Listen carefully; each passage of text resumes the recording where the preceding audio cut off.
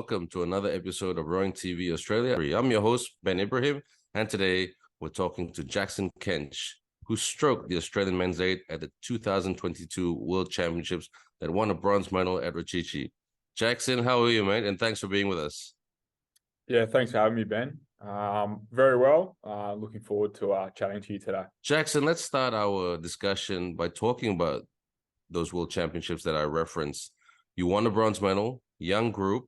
Tell us about, not so much about the win, but also the key learnings moving forward. This has been spoken about with a new young group of guys. There are a lot of learnings that we underwent last year, and not only at the World Champs, but at the World Cups and at Henley and throughout the entire season. I think the group learned a lot. So to come away with some success ultimately in a bronze medal was really motivating for the group of guys moving forward. And I think every race last year, I think the group proved that we could learn and adapt on the go, which is a huge advantage for us moving forward. And I think we're going to draw on that a lot this year and in the coming 2 years. And it's already February 2023. The Olympics are next year in about July 2024.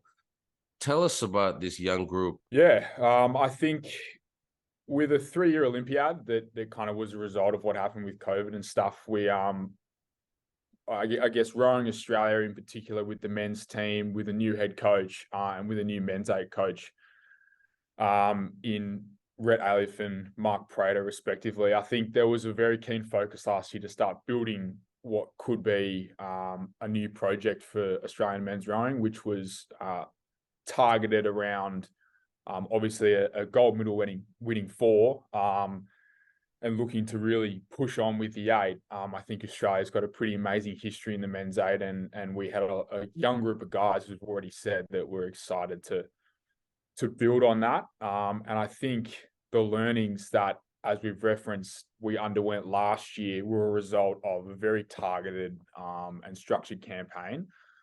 So always looking to improve. And we're not talking massive improvements consistently. We're talking about inches and chipping away those 1%ers that eventually kind of add up. And over the course of 3 years, that ultimately leading us to success with a big group and a very excited, determined, motivated group moving towards the Olympics, like you said. Absolutely. And let's move away from the water. Jackson Kench off the water. Tell us about that young man. Will understand rowing occupies a lot of your life, but it's really important to have interests and motivations and hobbies elsewhere. Current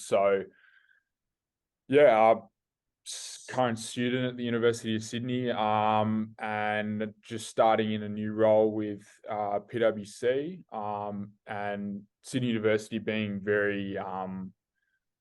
very supportive of me with my athletic endeavours, and then PwC, this new role that two of our men's athletes were already a part of in Simon Keenan and Will O'Shannessy. I think joining those two boys with a very large international business, I think is quite exciting. So yeah, look, I've got plenty of interests away from rowing that don't just include studying and work, but I think it's important to balance. I mean, like I said, you spend a lot of time on the water, you spend a lot of time training and thinking about rowing, and I think it's very, very important to divide your time and be able to get away, see friends, work on yourself, because ultimately I think that makes you a better athlete.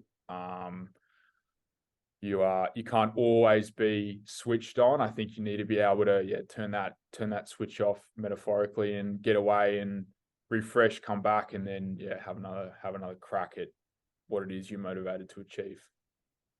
Just as a subset to that question, thanks for sharing, by the way. What do you do to tune off? To tune off from rowing and to tune off from the spreadsheets of banking and finance and the consulting world? Yeah, good question. Look, it very much depends with, I guess, how hectic rowing can be sometimes, and as well as a lot of rowers, whether they're at the senior international level or they're at the club level or even at the school level, I think it's a sport that demands a good proactive planning to be able to find that small amount of spare time around the edges. And honestly, I love to fill it with spending time with my mates, spending time with my family, doing simple, very mundane, basic tasks, or just, yeah, I mean, simple, enjoyable things that I guess probably come as a luxury to us as a full-time athletes, but to your everyday individual, I think they're kind of just part of the way you live life, but they're quite nice to be able to go back to. So for example, we're based down here in Canberra, heading back to Sydney to see my family or friends, and yeah, just enjoying time away from where it is you're kind of dedicated to working on your rowing craft at the time. So, I mean, nothing specific, but yeah, just enjoying time away, I think is the ultimate mental refresher.